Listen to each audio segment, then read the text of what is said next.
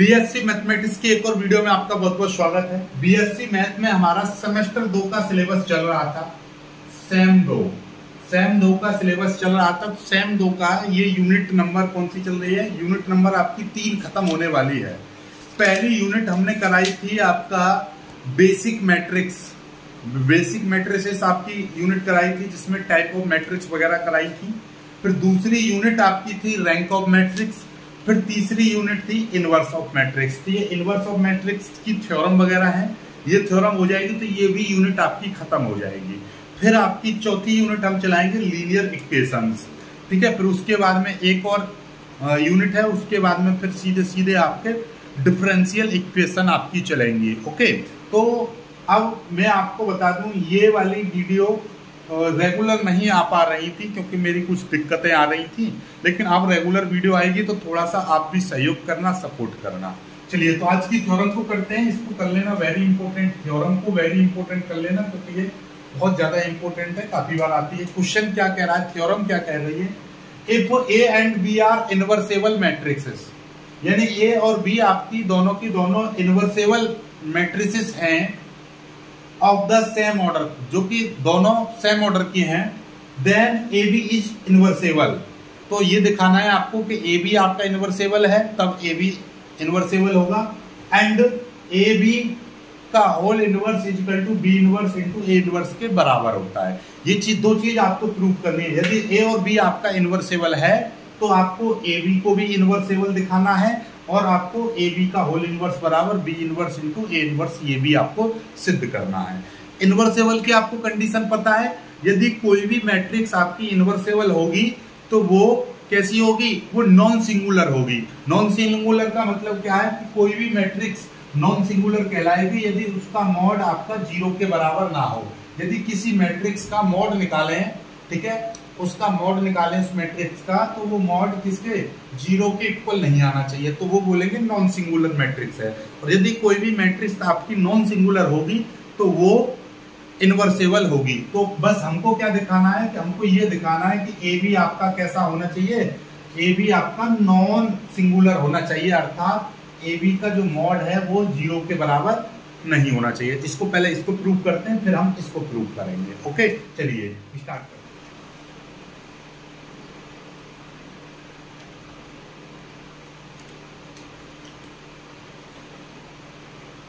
चलिए, तो इस थ्योरम को हम प्रूव करते हैं।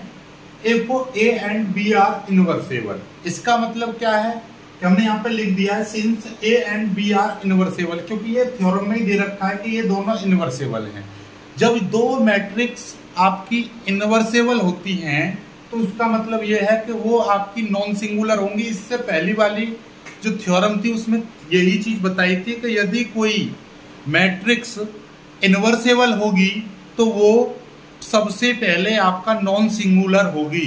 ये नॉन सिंगुलर का मतलब क्या है कि यदि कोई मैट्रिक्स 0, उसका मॉड 0 आ जाए तो वो कभी भी इनवर्सेबल नहीं होगी। तो ये आपकी क्या है? सिंगुलर।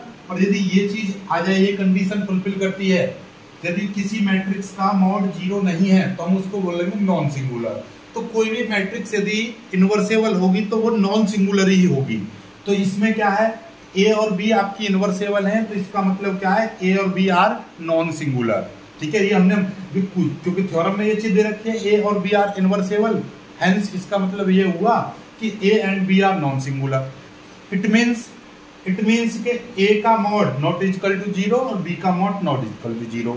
तो इसका मतलब ये भी हुआ कि यदि मैं ए और बी का मॉड निकालूं, डायरेक्टली दोनों मैट्रिक्स का मल्टीप्लाई करके मॉड निकालूं, तो वो भी कभी भी 0 नहीं होगा, अर्थात A mod into B mod के बराबर आ जाएगा। इसका मतलब ये है कि सिंपल भाषा में मैं बात करूं, जब ये दोनों ही 0 नहीं है तो उनकी मल्टीप्लाई भी 0 नहीं होगी। इसका मतलब ए इंटू बी, यानी दोनों मैट्रिक्स की मल्टीप्लाई करके उसका मॉड निकालूंगा, वो भी कभी भी 0 के बराबर नहीं आएगा। जब ये 0 के बराबर नहीं आएगा तो इसका मतलब ये है कि ए और बी को हम क्या कह सकते हैं? इनवर्सेबल बोल सकते हैं। यही चीज तो पूछी है कि यदि ये दोनों मैट्रिक्स आपकी इनवर्सेबल हैं तो सिद्ध करो कि ए बी इज इनवर्सेबल। तो यहाँ पे यही होगा, hence we can say that. अतः हम कह सकते हैं कि ए और बी, ए बी इन्वर्सेबल है, ए बी इज इन्वर्सेबल। ठीक है, एक चीज तो प्रूफ हो गई, एक पार्ट आपका प्रूफ हो चुका है। ओके, चलिए अब दूसरा पार्ट हम प्रूफ करते हैं, ये वाला दूसरा पार्ट वेरी इंपॉर्टेंट के ए बी का इनवर्स बराबर, ये चीज हमको प्रूफ करनी है। ओके, चलिए इस चीज को प्रूफ करने से पहले दो बातें आपको पता होनी चाहिए। क्या कि यदि मैं कह रहा हूं ए इंटू बी, दो मैट्रिसेस इस प्रकार हैं कि ए और बी दोनों की मल्टीप्लाई करने पर आई आ जाता है, तो इसको हम कहेंगे कि ये जो मैट्रिक्स है यानी कि बी क्या होगा, बी बराबर ए इनवर्स, यानी कि बी जो मैट्रिक्स है वो क्या है, ए का इनवर्स मैट्रिक्स कहलाएगा। ए जो मैट्रिक्स है वो बी का इनवर्स मैट्रिक्स कहलाएगा। बात समझ में आ गई? तो इसका मतलब यदि दोनों मल्टीप्लाई, यदि दो मैट्रिक्स की मल्टीप्लाई करने पर यदि आइडेंटिटी मैट्रिक्स आ जाए तो इसको हम बोलेंगे कि ये ए जो है इस बी का इनवर्स है और जो बी है वो ए का इनवर्स मैट्रिक्स है, पहली चीज। दूसरी चीज, ए इंटू ए इनवर्स की यदि हम मल्टीप्लाई करते हैं तो वो क्या आता है, आइडेंटिटी मैट्रिक्स आता है। बस ये चीज आपको पता होनी चाहिए। तो एक एक चीज करके हम प्रूफ करेंगे, देखिएगा ध्यान से। हम क्या करने वाले हैं, देखिएगा हम यहाँ पर हम ले रहे हैं, ठीक है, हम अपनी ओर से ले रहे हैं ए इंटू और B inverse into A inverse. ये मैंने लिया है, अपनी ओर से लिया है, ठीक है। वी हैव हम लिख सकते हैं या हम रखते हैं, आप ऐसे लिख दीजिएगा। तो ये ए बी को तो आप ज्यों का त्यों रखिएगा। अब मैं क्या कर रहा हूं, देखिएगा ध्यान से, इस बी की by association row, associative law क्या कहता है कि हम इसकी और इसकी आपस में मल्टीप्लाई कर सकते हैं। तो हमने क्या कर दिया, इस ए को मैं बाहर रखूंगा, बी के साथ में इस बी इनवर्स की मैं मल्टीप्लाई कर दूंगा by associative law, by associative law. Okay, अब आप जानते हो बी और बी की मल्टीप्लाई हो जाएगी तो ये क्या हो जाएगा, ये आइडेंटिटी मैट्रिक्स हो जाएगा इस तरह से, और ये आपका ए इनवर्स हो जाएगा। आइडेंटिटी की बाई एसोसिएटिव लॉ, इसके साथ में मैं इसकी आइडेंटिटी मैट्रिक्स को इसके साथ ले सकता हूं, ये ए इनवर्स ज्यों का त्यों रहेगा। और आइडेंटिटी और किसी मैट्रिक्स की मल्टीप्लाई करते हैं तो वो मैट्रिक्स ज्यों का त्यों रहेगा, ए बन जाएगा, ये आपका इनवर्स इस तरीके से रहेगा। और ए की ए इनवर्स में मल्टीप्लाई करेंगे तो वो आइडेंटिटी मैट्रिक्स आ जाएगा। तो ये हमने, इसका मतलब क्या है कि हम बहुत ही प्यार से लेकर चले इस चीज को, और ये चीज हमारा आ गया, ये बराबर आइडेंटिटी आ गया। इसको समीकरण 1 मान लीजिएगा। अब इसको हम रिवर्स ऑर्डर में लेकर चलो, B inverse A inverse into A B, इस तरह से लेके चले हम। तो इसको मैं क्या लिख सकता हूं, ध्यान से समझिएगा। ये बी इनवर्स तो ज्यों का त्यों रखा हमने, इस ए इनवर्स को इस ए के साथ में मैं मल्टीप्लाई कर सकता हूं, और ये इस बी को अलग, ये किसके, बाई एसोसिएटिव लॉ, इसकी मल्टीप्लाई इसमें हो सकती है, कोई दिक्कत नहीं है।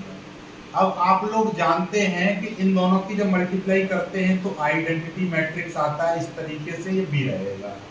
अब बाई एसोसिएटिव लॉ, इसको इसके साथ मल्टीप्लाई कर सकते हैं, या इसके साथ मैं इसके साथ कर रहा हूं, आइडेंटिटी की मल्टीप्लाई इस बी के साथ करूंगा तो आइडेंटिटी मैट्रिक्स आएगा, ठीक है। तो ये मैट्रिक्स इसकी और आइडेंटिटी और किसी मैट्रिक्स की मल्टीप्लाई करते हैं तो वो मैट्रिक्स ज्यों का त्यों रहता है। अब बी इनवर्स और बी की करेंगे तो ये फिर से आइडेंटिटी मैट्रिक्स आ जाएगा। तो ये B inverse A inverse into A B, इन दोनों की जब हमने मल्टीप्लाई करी तो ये आइडेंटिटी मैट्रिक्स आ गया। तो इससे हमको ये पता चलता है, फ्रॉम इक्वेशन 1 एंड 2, तो हमारी पहली इक्वेशन ये है कि ए बी और B inverse A inverse is equal to I, और आई की वैल्यू कितनी है, इतनी है, यानी कि B inverse A inverse into A B, ये आ गया, ये चीज आ रही है। तो इस इट मीन्स क्या हो गया, यदि मैं इन दोनों को ही लेके चलूं तो आप देख पा रहे हैं कि A B into B inverse A inverse is equal to identity matrix आ रहा है। तो मैंने अभी क्या बताई थी आपको कि यदि ए बी बराबर आइडेंटिटी आ जाता है तो बी बराबर क्या हो जाता है, ए इनवर्स। इसका मतलब क्या है कि ए का जो ए है बी का इनवर्स मैट्रिक्स कहलाएगा, और ए है इस बी का इनवर्स मैट्रिक्स कहलाएगा, और बी ए का इनवर्स मैट्रिक्स, ये एक दूसरे में आपस में इनवर्स मैट्रिक्स कहलाएंगे। ठीक उसी प्रकार से इसको आप ए मानो, इसको आप बी मानेंगे, इसका मतलब ये हो जाएगा B inverse A inverse is equal to क्या हो जाएगा, ए बी का होल इनवर्स हो जाएगा। और इसको आप ऐसे भी बोल सकते हो कि A B inverse is equal to B inverse A inverse. यही चीज तो हमको प्रूव करनी थी, देख लो प्रूव, यही चीज हमको प्रूव करनी थी। ठीक है, यही चीज हमको प्रूव करनी थी। चाहो इस बात को आप यहाँ पर लिख सकते हो कि ए बी बराबर आइडेंटिटी आता है तो बी बराबर ए इनवर्स हो जाता है। ठीक है, तो ये चीज का हमने यहाँ पर यूज कर दिया, ये प्रूव, बस ये इस तरीके से हमने ये प्रूव कर दिया है ना। एकदम इंपोर्टेंट और एकदम लाजवाब थ्योरम बस यही है। अब ये आपकी रैंक ऑफ मैट्रिक्स ये पूरी तरह से खत्म हो जाती है। अब आपका बचेगा क्या, नई चीज बचेगी आपकी, जो कि मैं आपका आगे कराऊंगा। ठीक है, अब इसमें कुछ नहीं बचता है, रैंक ऑफ मैट्रिक्स आपकी पूरी तरह से खत्म हो चुकी है। अब लीनियर इक्वेशन आपकी मैं कराऊंगा और फिर उसके बाद में आपका चलाएंगे हम डिफरेंशियल इक्वेशन। ठीक है ना, तो लीनियर इक्वेशन को हम 2-3 वीडियो में खत्म कर देंगे पूरी यूनिट को, और इसके नोट्स भी आपको मैं दे दूंगा, चिंता नहीं करनी है। वीडियो को लाइक करना, शेयर करना और चैनल को सब्सक्राइब कर लीजिएगा और ज़्यादा से ज़्यादा शेयर कीजिए ताकि मैं रेगुलर वीडियो बनाऊं। जब वीडियो पर रेस्पॉन्स कम आता है तो मन नहीं करता वीडियो बनाने का। ठीक है, वीडियो को लाइक करके शेयर जरूर कीजिएगा। जय हिंद।